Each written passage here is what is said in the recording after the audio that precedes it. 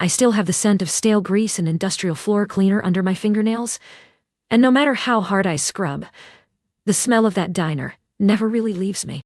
It is the smell of 3 years of double shifts, of standing on my feet until my ankles swelled into thick, painful pillars, and of counting pennies just to make sure we had enough milk for the week. I remember sitting on the cold kitchen floor 6 months ago, crying because the electricity bill was $20 more than I expected, and I didn't know which meal I was going to skip to make up the difference. Elias sat at the table behind me, stroking my hair and telling me that things would get better, that he was so close to landing a job, and that he hated seeing me suffer like this. He looked me in the eyes with such genuine pity that I felt guilty for even complaining, as if my exhaustion was a burden I was unfairly placing on his shoulders. The apartment we shared was a drafty, one-bedroom walk-up with peeling wallpaper, and a heater that rattled like a dying animal every time the temperature dropped below freezing.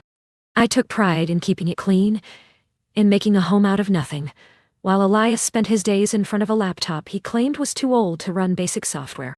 He told me stories of failed interviews in companies that never called back, and I believed every single word because I loved him more than I loved my own comfort.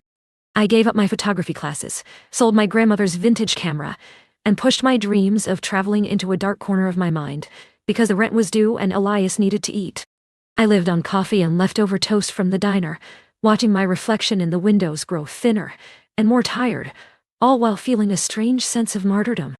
Yesterday, the illusion didn't just crack, it shattered into a million jagged pieces. I found a black card and a bank statement in his old jacket showing a balance of $10.4 million. When I confronted him, he didn't even apologize. He smiled and said, "Congratulations, Maya, you passed the test. Now I know you love me for me, not my money." But as the shock began to settle, I noticed something else on the kitchen table. It was his second phone, the one he usually kept locked in a drawer. A notification popped up on the screen, a message from a woman named Sarah that read, "Did she cry today? My turn to host the betting pool is next week." I felt the floor tilt. It wasn't just a test of my love. It was a game he was playing with a group of his wealthy, bored friends. They had been betting on my breaking point, wagering on exactly how much humiliation and hunger I would endure before I finally walked away. I looked at Elias, and for the first time, I didn't see the struggling artist I had spent 3 years protecting. I saw a predator who had turned my life into a spectator sport. He realized I had seen the message, and his smile didn't falter. It just became more clinical, more detached. He told me that Sarah and the others were just fascinated by human nature, and that I should be proud because I had made him a lot of money in the side pots. He spoke about my tears as if they were statistics in a winning season. I asked him about the night I had the flu. The night I shivered under the blankets while he told me we couldn't afford medicine. He laughed softly and said that was the night he won the biggest endurance bet of the year. The betrayal was so deep, it felt like it had reached my bones. He hadn't just watched me struggle. He had curated my misery for the entertainment of his circle. I realized that every failed interview he had was actually a lunch at a 5-star restaurant where he laughed about my latest desperate attempt to make rent. Every time he looked for work, he was actually checking the odds on how much longer I would stay. I felt a coldness settle over me, a stillness that terrified him more than any scream could. I didn't pack my bags yet. I sat back down at the table and asked him a single question. Who else knows? He told me everyone knew. My old boss at the photography studio, the one who told me he had to let me go because of budget cuts, had been paid by Elias to fire me. My friend Chloe, who used to listen to me vent about my stress over drinks she insisted on paying for, was the one who suggested the betting pool in the first place. My entire support system had been bought and paid for to ensure I stayed isolated and desperate.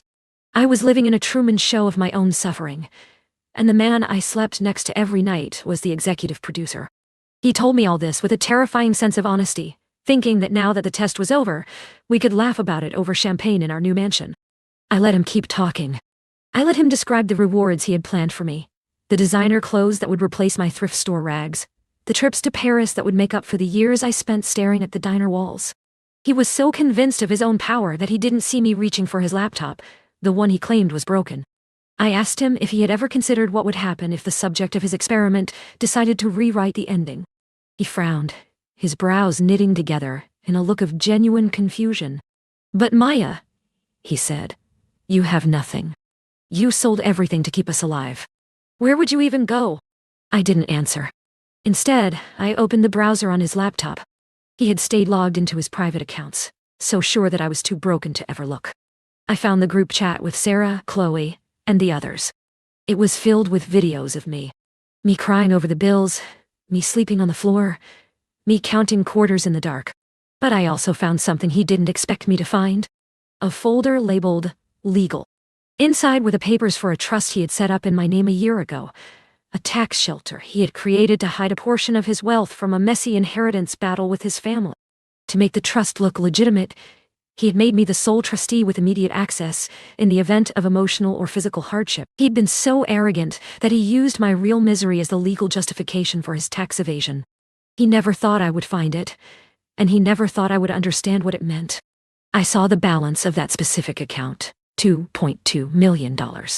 It wasn't the $10 million he bragged about, but it was mine. Legally, irrevocably mine. I looked at him and told him that I was leaving, and that I was taking the trust money with me. His face went from smug to ghostly pale in a matter of seconds.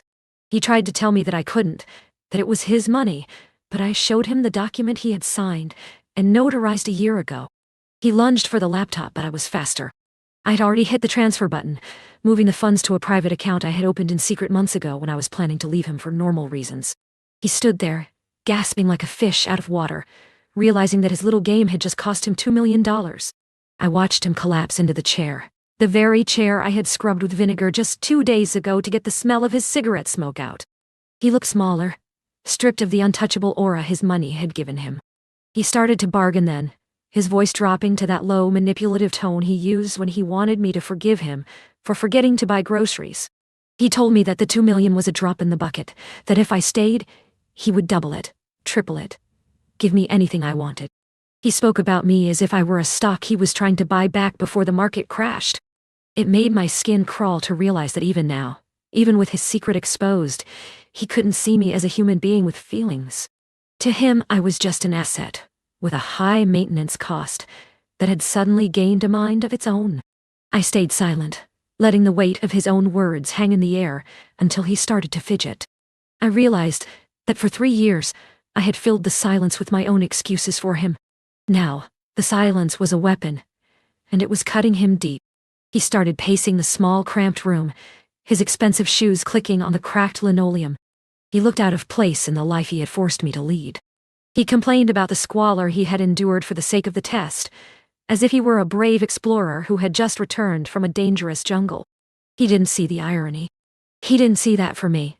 This wasn't an expedition. It was my life. Every mold spot on the ceiling, every drafty window, every night spent shivering, that was my reality. While for him, it was just a set design he could walk away from whenever he got bored. The more he talked, the more I saw the cracks in his carefully constructed mask. He wasn't a mastermind. He was just a bored, lonely man with too much power and not enough soul. He told me that without him, I would go back to being a nobody in a diner, that no one would ever look at me the way he did. I looked him dead in the eyes and told him that was the plan. I would much rather be a nobody to the world than a subject to him. The look of pure, impotent rage that crossed his face was better than any apology he could have offered. He realized then that he couldn't buy his way out of the hole he had dug. He had traded a woman who would have died for him, for a woman who wouldn't even look at him, and the cost of that trade was far higher than the $2 million I had just taken. He started to scream, calling me a thief, an opportunist, exactly the kind of person he said he was testing me to prove I wasn't. The irony was so thick I could taste it. He wanted a woman who loved him for nothing, but he couldn't handle a woman who knew her worth. I walked to the closet and grabbed the jacket I had found the card in. I didn't take anything else. I didn't want the memories, and I didn't want the things he had bought with my tears. I walked to the door, and as I turned the handle, I saw the broken heater rattle one last time. I told him that the test was finally over, and he was the one who failed. I wasn't the girl from the diner anymore, and he wasn't the man I loved. He was just a person who had paid $2 million to watch me walk out of his life. I stepped out into the hallway, the air smelling of dust and old wood, and I felt a weight lift off my chest that I hadn't even known I was carrying. I went to a hotel, a real one with clean sheets and a door that locked from the inside. I didn't cry. I sat on the bed and ordered a meal that cost more than my weekly grocery budget at the diner. As I ate, I thought about the first thing I was going to do with my new life. I wasn't going to buy a mansion, and I wasn't going to buy a car. I was going to buy back my grandmother's vintage camera from the pawn shop where I had sold it to pay for Elias's emergency dental surgery that never actually happened. This morning, I went back to the diner one last time. Not to work, but to say goodbye. My manager looked at me, seeing the change in my eyes, the way I stood taller, the way I didn't flinch when the bell rang. I handed him a check for $5,000, enough to cover the shifts of the other girls for a month so they could take a break. He didn't ask where it came from. He just hugged me and told me I deserved every good thing that was coming my way. As I walked out, I saw a familiar car parked across the street. It was Elias, sitting in his sleek black SUV, watching me through the tinted glass. He didn't get out. He just watched.